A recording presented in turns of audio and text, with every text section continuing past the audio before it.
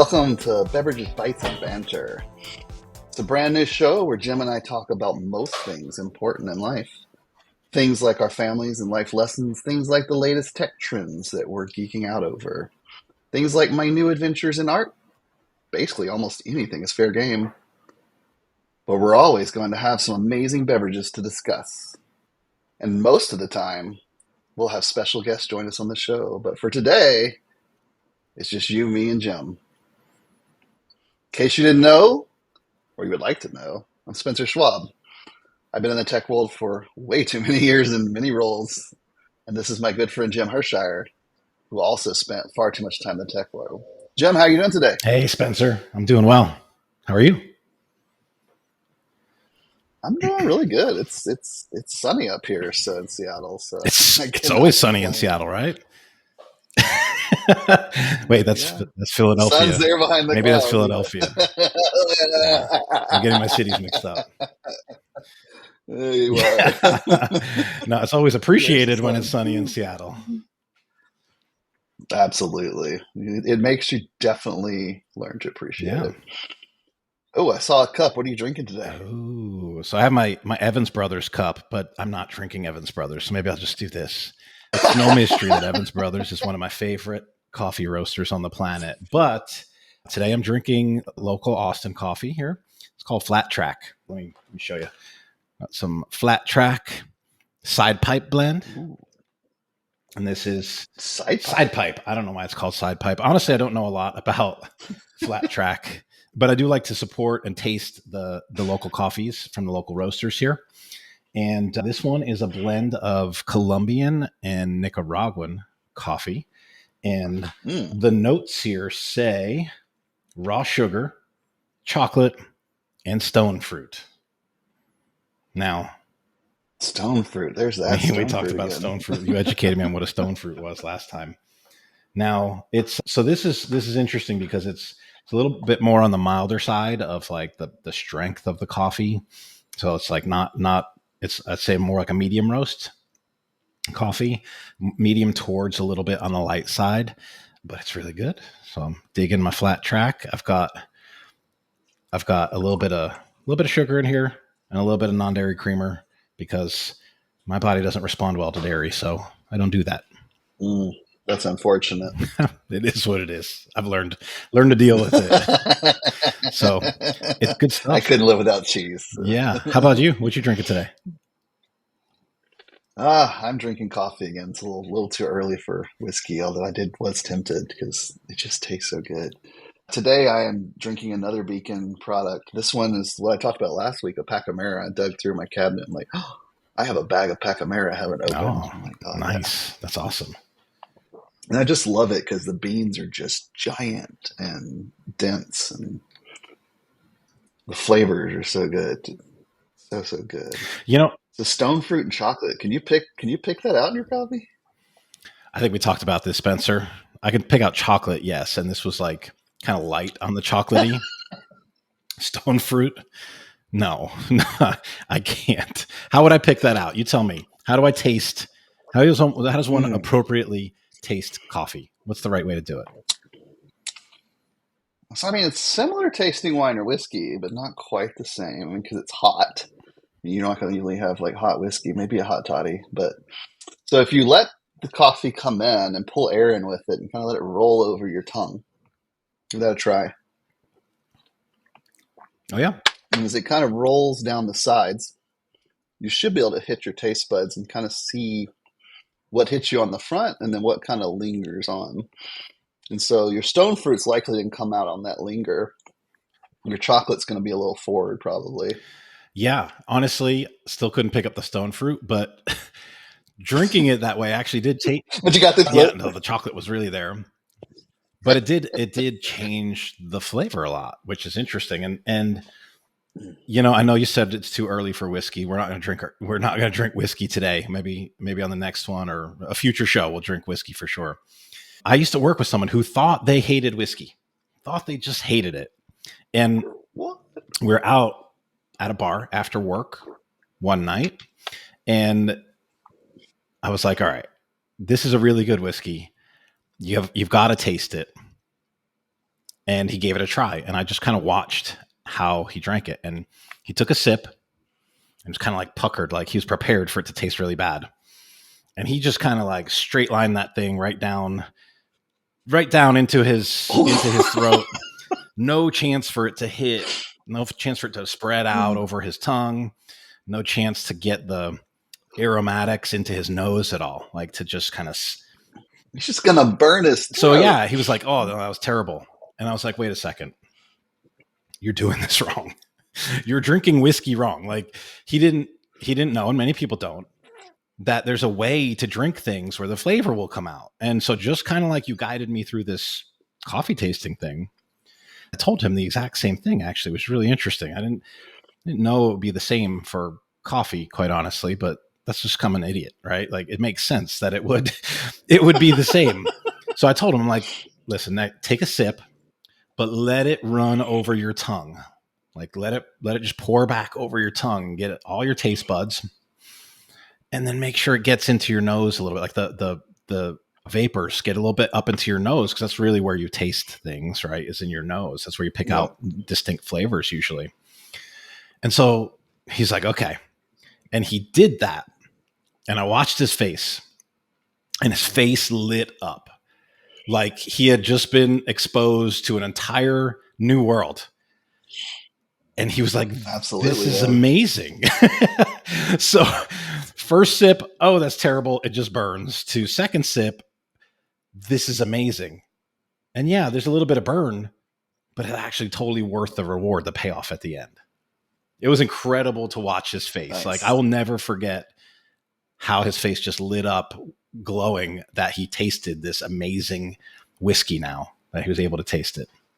Like that's literally life-changing. It totally was life-changing for him, yes. And it was clearly written all over his face.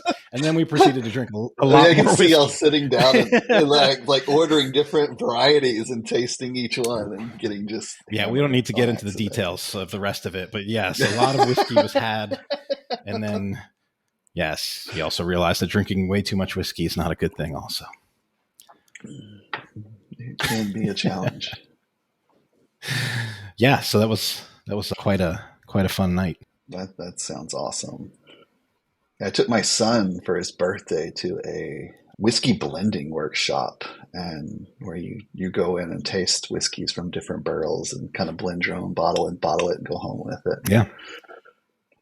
So amazing, and got to really focus on the notes there. We'll have to talk more about that. I think we're going to have that on an episode upcoming. So. Yeah, we're just going to have to sit down with some whiskey and have some whiskey focused conversation. Exactly, several, and focus on that. That'll be a lot of fun. Cool. That's my favorite things to do is taste stuff. So I heard, I guess we were talking a little bit the other day about your network at home and how you had made some changes to it. And I kind of like plug and play stuff after my childhood and all my time in tech, that I just like stuff to plug in and work. But I know you like to tinker and kind of geek out on that. So I do. I love it. Tell me a little about what's going on. I mean, I know you were empowered recently with straight fiber to the house, and I'm jealous. Oh yeah. All right. So let me tell you a story here. We'll get into the tech here in just a second. But in my neighborhood, I moved into my house like 5 years ago in the Austin area. And there was no fiber. There was fiber up the street, about a quarter mile, half a mile up the street on one side, half a mile up the street on the other side, and the fiber dead zone where my neighborhood is. And it's like, great. Okay. So, I was limping along on 350 megabit per second connection, which is, pretty much plenty fast for most things, right? But the up portion of it was like 10 or, effectively like 8 if you're really taking into account the losses, which is terrible, especially for like the heavy video conferencing. Like I do a lot of video conferencing for my day job. And so I like to have really good quality, and, it was just like, okay, if I'm uploading big files, because I do that, I work with big video files, like that took forever to upload large files. So there were actually some like real hindrances to my job. Well, this summer, AT&T is in the neighborhood, and there's a lot of construction going on the main road out in front of my house. AT&T is in the neighborhood, and they put in fiber through the whole neighborhood, which was awesome. So I'm like super excited. Can't wait for them to light it up. And the months tick by and the months tick by. So finally, in late January, they lit it up. And I was thrilled. I was like, yes, sign me up right away. I want gigabit service, right? So it's gigabit down and up. It's equal speeds down and up. And so they came and took care of getting fiber into my house. So now I'm super excited. Except when you have that much bandwidth, any of the kinks or the weaknesses in your own home networking get greatly exposed, right? Where it's like, okay, now I can't take advantage of all that speed. So now I have to do a bunch of changes to my own home network to be able to take advantage of that. And so that's where this really comes in. I don't have a home that is already pre-networked with Ethernet, right? Just like most every other home. Don't have that. So I had a wireless mesh network, right? So I had an Orbi system sitting here with 3 nodes in my house, 2 nodes downstairs on opposite ends of the house and 1 node upstairs. It's kind of in the middle. And then we're just flinging packets around. And the best I could get from my office was about maybe 400 megabit per second, which, hey, that's not bad overall. But I certainly was like, my inner geek said, no, that actually is bad. You need full gigabit from your office, right? That's going to happen. So I start looking into like, how am I going to make this happen? And I've played around with power line or Ethernet over power lines, right? Before, and it can work pretty well. But in this house, I tried to play around with it, and it wasn't making the right connection. I think there's something with the way the circuits are ran in the house where I guess they weren't all touching. The right circuits weren't touching. So like, what else can I do here? And I forget how, but I stumble across something called MoCA. You ever heard of MoCA? MoCA. Once I was putting TiVo devices in my house in California and cutting cable, and I remember they had 2 options to connect them because they had to dial in to get, or 3 options. They had to dial in to get the programming guides downloaded to them. Yeah. So you could use it like a normal cable remote. And it was, I could do a dial-up connection, which I didn't have a phone line. I cut that. Or you could buy these wireless adapters, or you could buy MoCA adapters. And I started researching MoCA. I'm like, this blows my mind. But I was using my cable to pull the antenna, the HD antenna off of the roof. Yeah. So I didn't know how to really make that happen. I was pretty busy working at the time. So I went with the wireless adapters. But tell me more about MoCA. Yeah. So first of all, you're right. Yeah, there are certain cable providers and satellite providers that will kind of build a little MoCA network in your house, and they use that to download things like programming guides and maybe some new code for your, the box that you have, and update the box with new software. They tend to do that sometimes, some of them, right? And if they do that, then you don't want to mix. You can't like mix it in another MoCA network on top of it. But yeah, so MoCA actually stands for Multimedia over Coax Association, I think is the last word. And basically, it turns your cable runs through your house, your coaxial cable runs, into network connections, right? And so these MoCA adapters have an Ethernet connector and the coax connector. And you can, like, my whole house is wired. Almost every single room in my house is already wired with coaxial. And I actually do over-the-air TV, right? I have an antenna for the local signals, and that my antenna's up in my attic, actually. And I have 2 TVs that have television signal on them, right? I'm not huge into having TV in every room. But it doesn't matter because I can create this MoCA network and get the TV signal at the same time. And so I found out about this, like, as soon as I started searching for a solution to my problem, somehow I stumbled across MoCA. I don't even remember where. And it was like, that story about the whiskey tasting with my friend's face lighting up, like the whole world had changed. Same thing happened to me. Oh my God, you're a geek. Yeah, I'm such a nerd, right? Same thing. I'm like, oh my God, this is the best thing ever. I have to make this work. Like, now I'm on a mission. people who know me know I get like very focused and intense on certain things. And I'm like, I don't quit then. I just keep going and I make it work. And so this was like, all right, I know nothing about this right now. I don't know how to layer in a MoCA network over my TV signal. I don't know anything about this. So I start doing research. I go onto Reddit, which is a great source for all things, right? There's almost anything you want on Reddit. So I go out there and I ask questions in some home networking subreddit, and I get some help. And I order 2 MoCA adapters just to see if I can make it work, right? You need one on each end, kind of like you would with like power line On each Ethernet. end, yeah. So I order them. Yeah, I'm having flashbacks to token ring networks I used to have to work on in the law 90s. Oh man, that's like, But I not have the never same. touched token ring, so more power to you. I've heard the stories. Yeah. So anyway, here's the cool part, right? Like my house, okay, there's coaxial cable everywhere. And in most homes that have been built in the past 20, 30 years or so, they use home runs. They're running all those cables back to one centralized box. And that's the way it is in my house. And it's in my master bedroom closet. There's a box in the wall that has all the cables running to the same spot. And so I also have my internet connection coming in there because it used to be cable internet connection. And so when the fiber company came out to install fiber, I had them put the fiber drop right in that same spot because that's where all my, my core router was there and everything was already set up there. So I was able to connect this stuff up and get it to work. And I had to diagram things out and be really careful about how I was configuring it. And so basically I decided the Wi-Fi network will stay in place because of course you need Wi-Fi for your phone or whatever mobile devices you're going to use, but I'm going to backhaul them over MoCA.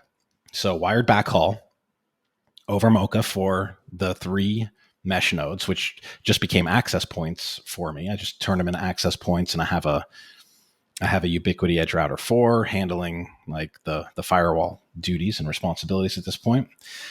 And I was able to get all of this to work for like 2 weeks.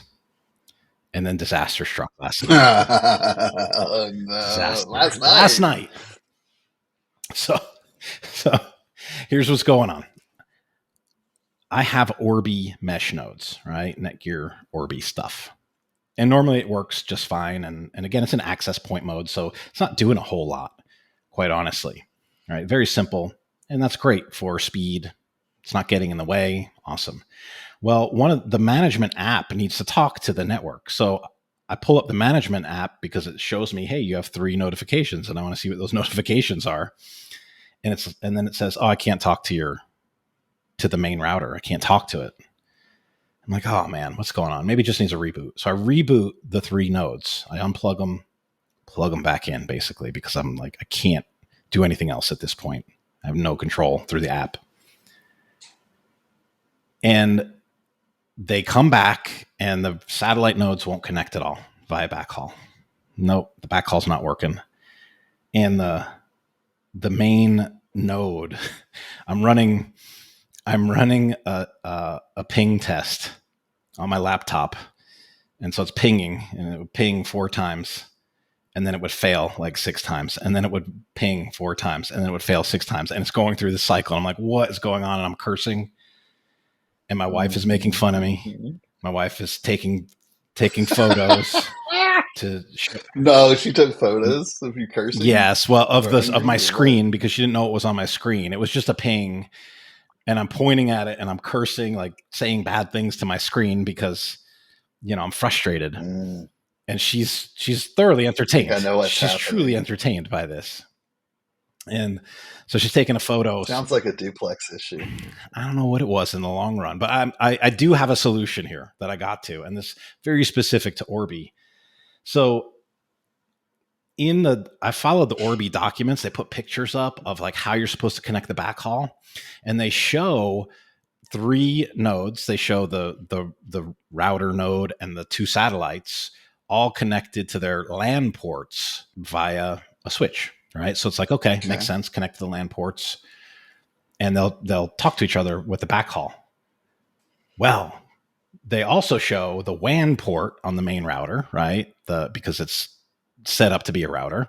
They show the WAN port empty, nothing in it. Well, that's not right at all. The WAN port is actually supposed to have a connection to your downstream switch, which is then talking to the internet, whatever's connected to the internet, right? So instead, I had that in the LAN port, just that was connected to the switch that's also connected to the internet. And so I thought I had all my connections all set, and it actually managed to work for like 2 weeks until it just gave up working. And I don't know why. I have no idea.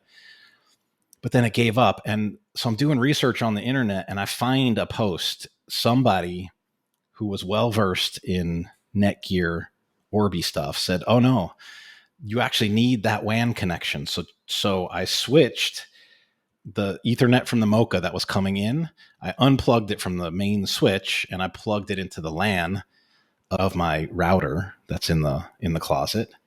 And then I plugged the WAN back into the switch. So now there was a flow from satellites directly to the LAN port on the quote unquote router. It's not acting as a router, but that's what the node's called. The WAN, the wider network, or The LAN, they was connected directly to the LAN port, and then the WAN port was connected to the switch. And then all of a sudden, boom, everything kind of woke up and opened up, and it was like I was missing one connection the whole time. But it worked for like 2 weeks the other way. Somehow it worked for like 2 weeks, and I don't know why. If it happens again, let me know. I think I know what the real problem was. Okay. Yeah. Well, I mean, I know certainly that you have a lot of skills in this space, but for me, I was just, powering my way through it. And then, now everything is working great. It's super snappy again. So if in 2 weeks this happens again, I'll let you know and we can figure it out together. Yeah. Let me know. I just have a lot of experience in very strange issues happening on networks where the world is dependent on them working. Yeah. So troubleshooting them when everything's down is not. There's a couple of things that I want to point out about using a MoCA network that like a couple of really important things. First of all, from a security perspective. So I've got a splitter coming off of my TV antenna. It's a MoCA certified splitter. So it works with MoCA. And one half of that splitter goes to a MoCA adapter and the other half goes to the TV, right? I also have attached to the splitter part that goes to the antenna, I have something called a PoE filter. And that PoE filter is absolutely critical. It's not power over Ethernet in this case. Context matters here. It's point of entry filter. And this point of entry filter means that it's going to block the signal from going up to your antenna and broadcasting to your neighbors. So if you're welcome to my network. Yeah, if you're going to use this type of solution, you absolutely must put a PoE filter on if you're connected to, let's say, cable, right? No, you could be broadcasting out to the whole neighborhood. You would broadcast all your packets out to the whole neighborhood, and anybody could just snoop the packets and do whatever they want at that point, right? And mine would be over the air, however far my antenna could broadcast them that I have in my attic. So that's a really important point. And then the splitter thing is a really important point as well. Anywhere where you have a TV signal and the MoCA network signal, you need these special MoCA certified splitters. And they don't cost any more than a normal cable splitter. They're like $8 to $10 per splitter, right? But it's really important so that you can make sure you maintain your television signal with that MoCA signal and there's no interference there. That makes a lot of sense. So anyway, it's a little bit daunting at first to kind of try and figure it all out and understand it. But now I have a really good understanding because I just dove in head first like I normally do and just was willing to put up with getting burned however much I was going to get burned while trying to figure this all out. Well, and you reached out to the community and looked for help. You weren't like prideful and just kept beating your head against the wall. And that's important to realize there's resources you can use, whether you go ask someone or find something. Yeah, that's one of the things that's really important. Like I understand my level of ignorance. when it comes to certain topics. Like I knew nothing here, and I'm like, okay, I have to start from zero. That's almost zero, right? Not I've worked in tech long enough where I know some things, but I knew almost nothing about MoCA, so I didn't know what was really involved and what I had to pay attention to. And so I found some wonderful people out again on Reddit in the home networking subreddit that were able to help me out. And what I've done is I've actually put together my drawings and shared them back with the network, and I'm sharing my findings also back, or not with the network, with the with the Nice. people on the subreddit in that thread. I'm just kind of sharing back all of my findings here and updating my drawings as I go, so that hopefully that helps someone out in the future. But by the way, I know for those full lists. gigabit down and up from anywhere that I plug into now. All right, I'm jealous. You said gigabit up Yeah. too. Yep. Oh my Yeah. god. I'm always like, I'll use like fast.com and to do my speed tests. And they're pretty much always between 950 megabit and full gigabit, or even like on the download, sometimes it goes to like 1.2 gigabit because they're generous and give me a little bit extra. This is what you do for fun. If some people may not find it fun, but I know you do this for I had a fun. What blast. do you do during? You mentioned something about your day job. What do you do for your day job? Oh, for my day It's got to job, be shitty, I I bet. do marketing, of course. Yeah, I run a marketing team for a tech company. So Nice. I was a techie that became a marketer because I like talking about tech and I like explaining it. And there's some other challenges in marketing. So we do like a whole show about that whole process some other time. But All right, that I'm is, in. I'd love to learn more about the marketing side. yeah, my day job is that, doing like B2B tech marketing. Yeah, that'd be a lot of fun to talk about. I know I would have lots to learn. Well, we also need to talk about your art here. I know you've been, you were in the tech world for such a long time, and you've kind of paused that right now, and you're getting into art in a huge way. And so to me, that's really interesting because I love all kinds of art. And so I want to have a conversation about that as well. Absolutely, look forward to that. Love to share my some of my new techniques and just embracing myself in different ways and kind of breaking out of the mold that I was in. So yeah, that would be fantastic. Yeah. To me, that's a lot of soul work that goes on, right? When like my day job is not, doesn't do much for my soul here, but I do play guitar, so I do a little bit of art, and that's what affects my soul. So I want to hear all about what's going on with your artwork. Yeah, I didn't even realize it was soul work until I was reading poetry at a few places and had my art opening, and I got that feedback from several people like, man, you're just like speaking with your soul. I'm like, oh, that's, I hadn't even noticed that's what I was doing. I was just creating. I think this is a really interesting topic because we tend to neglect that part of ourselves for a lot of our life. Some people don't. Some people fully embrace it, and that's amazing when you can do that. But I know so many people like myself who really didn't embrace that part of myself and really focus on that part of the whole me, right? And that's a shame when we do that. There's another guest that we'll have on the show when we go through a discussion like this. I know somebody who would love to have this discussion with us, so we'll line him up. Nice. I look forward to that. Yeah, me too. I look forward to that. Well, that is a wrap on episode 2. So thank you. And join us next time when Jim and I nerd out about, of course, more coffee. I hope you join us. Until then, have a great day and be good to each other. Cheers, everyone.